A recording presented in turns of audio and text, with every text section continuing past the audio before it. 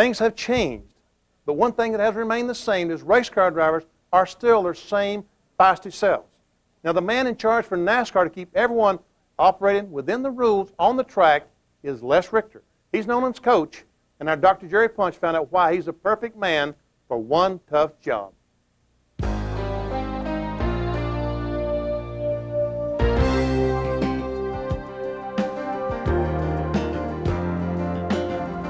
As much as anyone, the man we affectionately call Coach is one of the most important men in all of NASCAR racing.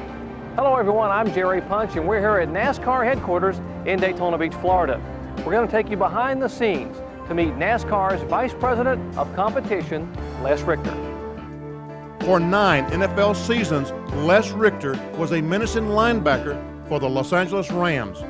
Originally drafted by the Dallas Texans, Les held out for a $500 sign-in bonus and was eventually traded for 11 players, an NFL record for over 30 years. These days, Les still keeps people in order, a top cop of sorts, as the Vice President for Competition for NASCAR. He oversees all the rules, making sure all competitors stay in line.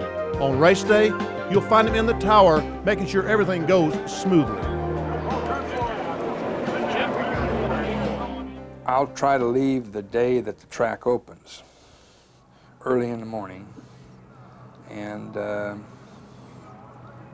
I will arrive at the racetrack probably sometime during the first practice, for the most part, the way our schedule is, and where we do go, and if we have to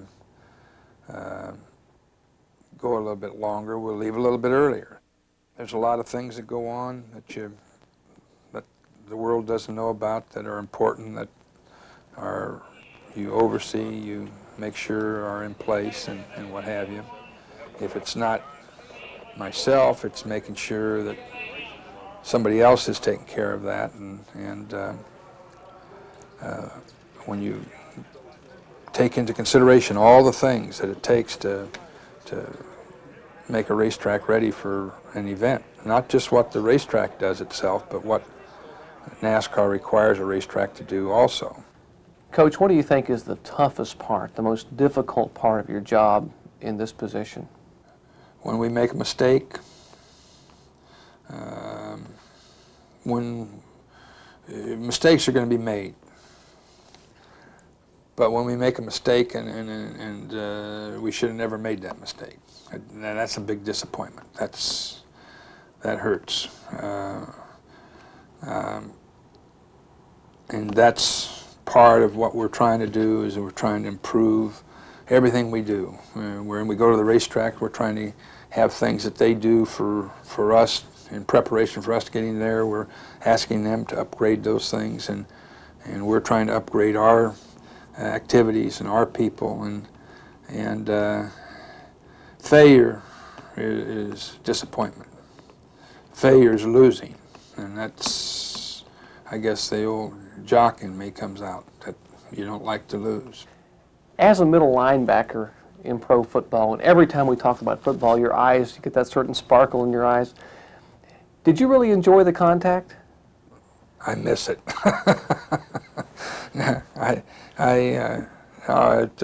Contact and just, you know, playing against somebody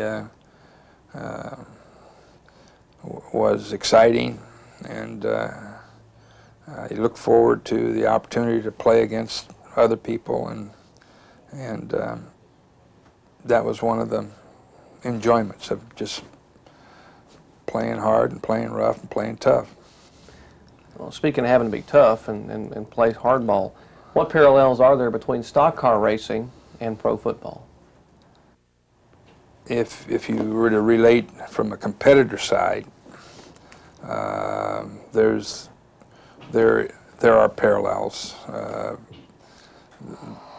The physicalness of a race driver is important, as it is being a physically fit football player, and